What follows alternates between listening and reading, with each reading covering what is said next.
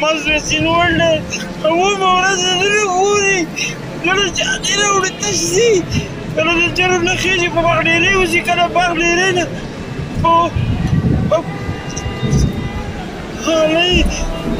السلام علیکم. دا ویډیو راته مخې ته راله د دې پلار دې پر یاد الله چونکې زمان بچي دي که نه واړه واړه د 2 کالو د 4 کالو ماپاره وړه لور مې ده هغه داسې 4 میاشتو ده نو قسم دی د زړه مې داسې یو نارې کوم خو زه به لږه ویډیو وکړم یو تسلي بخش ویډیو دا د سوات سیند ته بچنګې د غېږې کړی دی او نن 1 ورځ ده نو زما حکومت ته هم خواست دی جناب چې د کومو خلکو دا کار دی دا ډیوټیانې دي 1 ورځ کې ماشوم پیدا نه شو نو مهرباني جي لږه منډه وښئ هر یو غم دی د عوامو مو خپل غم ګڼو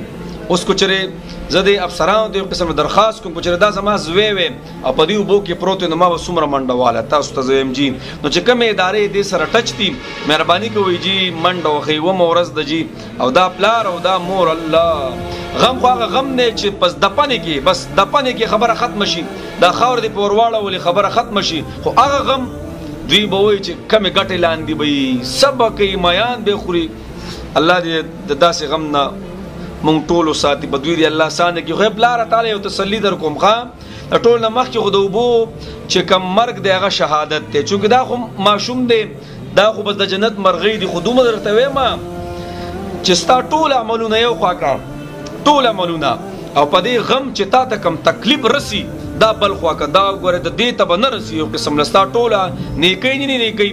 دې غم ته به نه رسي دومره لوی مقام بدل الله جل شانه په دې باندې درکوي خو په شرط دی چې صبر وکړي صبر ښه ځکه چې فرشتو نه الله تپوس کوي چېرته تلي وایي ای الله پلاني ځای کې سوات ته تلي او د بحرین په مقام باندې ستا د بنده د زړه ټوکړه یو ماشوم هغه هم داسې د ټوکړه د زړه چې کومه غوښه د هغه هم ترې وشو کولی یعنې د ماشوم مرګ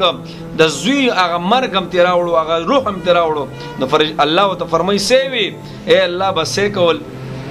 ستا حمد او ثنا یې بیانوله او بس وی الله په دې شکر دی وایي ښه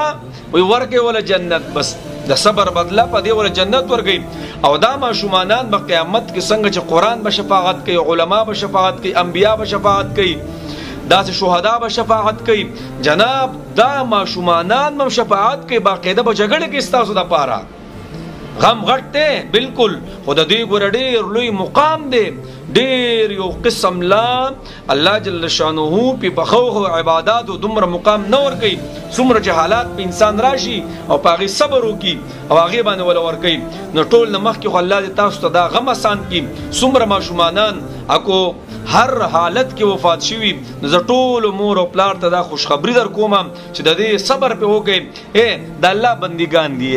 تاسو وایي زه خپل ځان بچ کولی شم او دا مقرر شوي چې د دې ماشوم او د دې انسان د دې ښځې د دې به د دې ځای نه مرګي دلته به مرګي هلته به مرګي نو ټول نه مخکې جي ای پلار ای مور الله دې په تاسو اسانه کړي او د هغې نه پس جي زه ادارو والو ته هم ویم کوم چې دغې سره ټچ دي مهرباني وکړئ جي لږ کارونه تیز کوي او د هغې نه پس دا بچی به ستاسو دپاره قیامت کې شفاعت کوي ښه او باقاعده د دوی په شفاعت کې شک نشته باقاعده جګړې به ستاسو دپاره کوي او باقاعده شفاعت منلی شوی منظور شوی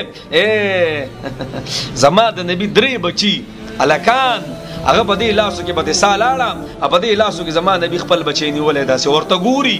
ابراهیم رضی الله تعالی عنه ورته ګوري داسې او سوی سلګۍ ورله په لاس کې وخیې او سوی ابراهیم ستا په جدایۍ به مونږ غمجن یو ستا په جدایۍ به مونږ غمجن یو نو به هر کې زما د نبي نه الله بچي اغستی دي په ښایسته ښایسته هغه چې د سینې سره د لګولو دي هغه عمرونه څه نه شو ویلی جي په دې به الله تاسو له ثواب درکوي الله دې تاسو ته په دې باندې صبر درکړي الله دې تاسو درجې نورې هم بلندې کړي او الله دې داسې غمونو نه هر یو مور او پلار وساتي جي سره زم د ټولو مسلمانانو او چې بچا راغلي الله دې ول صبر ورکړي